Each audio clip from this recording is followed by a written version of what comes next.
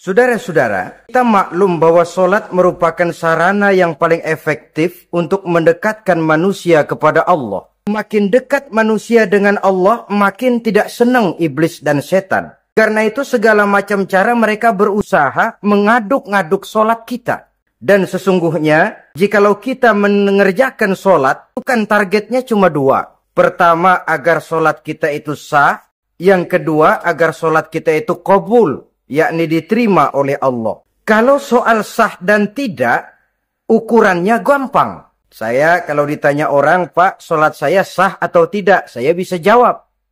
Saudara, sholatnya syarat rukunnya cukup apa tidak? Cukup, sah.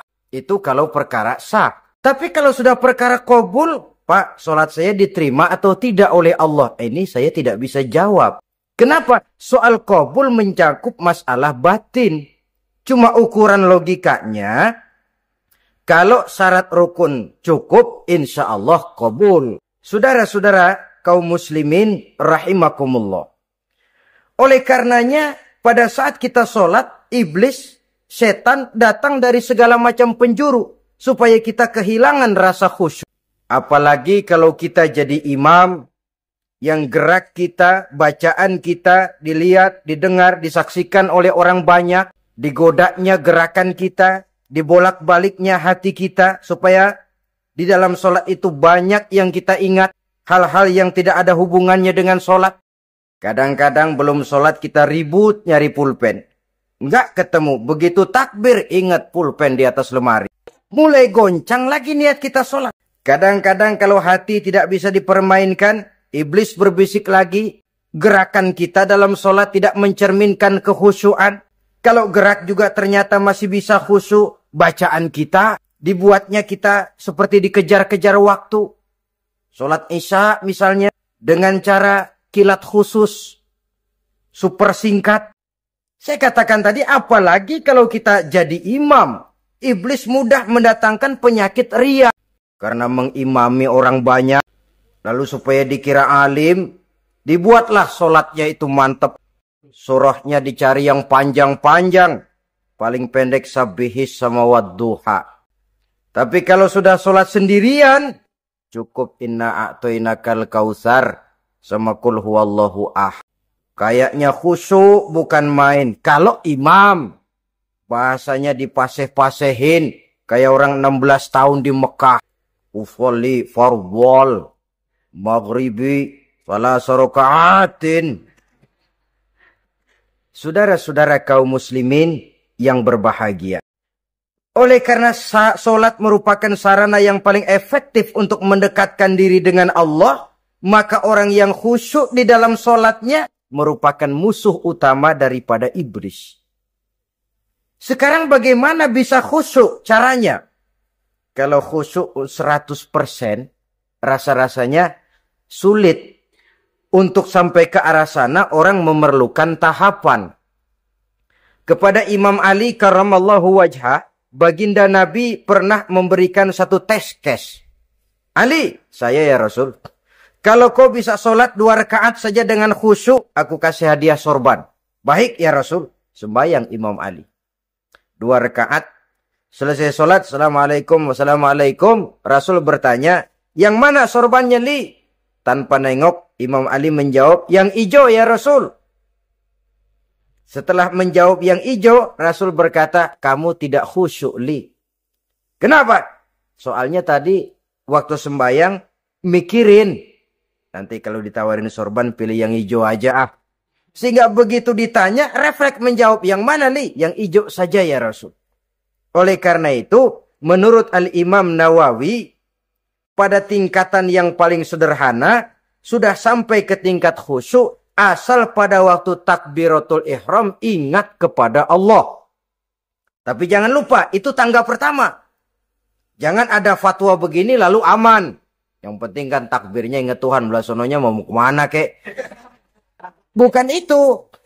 Itu pada tingkatan pertama, sudah sah dipandang khusyuk. Sholatnya orang awam, asal pada waktu takbiratul ihram dia ingat kepada Allah. Tetapi harus terus berusaha agar sepanjang sholat dia ingat kepada Allah. Caranya bagaimana? Pertama, menanamkan diri bahwa pada saat kita sedang mengerjakan sholat, yang lain tidak ada kecuali Allah.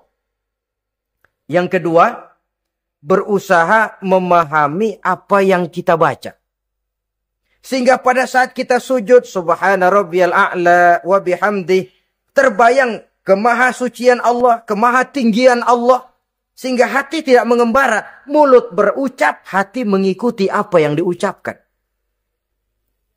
Yang kadang-kadang membuat hati kita jalan-jalan, badan di masjid, badan takbir, badan ruku, tapi hati di pasar, hati di kantor, hati di pabrik. Karena yang kita ucapkan tidak berakar di hati. Yang kita baca kita nggak tahu artinya. Sangat boleh jadi hati lalu mengembara kemana-mana. Jadi untuk menopang kekhusyuan ini, cara yang paling efektif, pertama, tidak ada yang lain pada waktu kita sholat kecuali Allah. Yang kedua, berusaha memahami apa yang kita baca. Dikala kita sujud dikala kita duduk di antara dua sujud, Rabbighfirli, ya Allah ampuni dosa saya, warhamni, kasihani saya, dan selanjutnya. Mulut membaca, hati mengikuti. Dengan mengikuti, hati tidak terlalu mengembara, ada tempat dia kembali. Saudara-saudara kaum muslimin, rahimakumullah. Itu yang kelima. Yang keenam, yang menjadi musuh iblis, mukminun nasih. Orang mukmin yang suka memberikan nasihat. Orang mukmin yang suka memberikan petunjuk.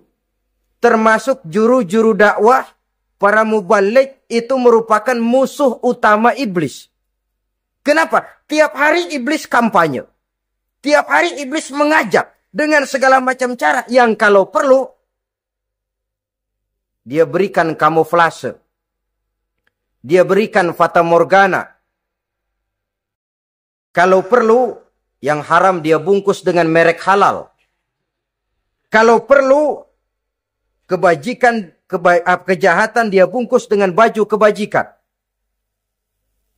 Istilahnya racun diberi merek madu. Dan itu wajar. Cuma kita tentu harus punya filter, daya saring positif agar tidak salah pilih. Karena iblis ini pintar betul. Kalau kita khusyuk dalam sholat, dia tanamkan kepada kita misalnya seperti tadi itu. Sholatmu memang hebat, khusyuk. Di kampung ini tidak ada orang yang sholatnya seperti kamu. Tertanam itu dalam hati kita, timbul ujub. Akhirnya, iya. Gue lihat-lihat di kampus ini kagak ada yang sembayangi kayak gua. Nah, sudah masuk iblis. Jadi, dia pandai mengikuti gerak hati dan irama denyut jantung manusia ini. Kemana kecenderungan manusia, ke situ dia masuk. Pendeknya iblis itu ibarat tukang joget, dia ngerti benar irama kendang. Saudara-saudara kaum muslimin, rahimakumullah. Termasuk juru-juru dakwah, para mubaligh, orang yang suka memberikan nasihat ini. Mereka memberikan filter kepada umat, kepada jamaah, jangan sampai salah pilih. Dan iblis menyesatkan kita supaya kita salah pilih. Satu contoh ringan. Kalau di depan saudara ada dua buah gelas, yang segelas isinya jamu, yang segelas sirup. Kira-kira saudara minum yang mana? Jamu apa sirup? Sirup apa jamu? Orang yang pikirannya panjang, dia pasti minum jamu. Pahit memang, getir memang, tapi besok badan sehat, tenaga kuat, gairah kerja ada, kreativitas timbul, semangat menghadapi kehidupan tumbuh.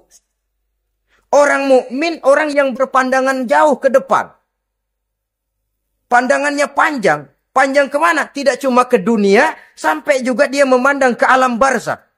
Ke akhirat. Sholat itu jamu, pahit. Ngaji, hadir di majelis taklim, itu jamu, pahit. Sedekah, jamu, pahit. Mengeluarkan uang untuk kepentingan orang lain. Enak aja minta sumbangan, datang-datang yang nyari peres keringat banding tulang gue, lu datang-datang mau minta. Yang enak ngumpulin harta, lalu bakhil bin pelit alias medit. Itu jamu. Saudara hadirin yang saya muliakan, sedekah jamu pahit. Puasa jamu pahit. Jihad jamu pahit. Tapi nanti begitu kita meninggalkan dunia, masuk ke alam barzah, apalagi pindah ke akhirat, baru terasa, aduh, nikmatnya dulu kemarin itu minum jamu, sekarang badan sehat, tenaga kuat, kerja semangat. Nikmatnya dulu saya waktu di dunia sholat, rajin ngaji, suka sodako, suka menolong orang. Sekarang terasa manfaatnya. Begitu saya berada di alam barzah, apalagi sudah dibangkitkan di padang mahsyar di akhirat nanti, terasa seluruh kebajikan yang saya kerjakan.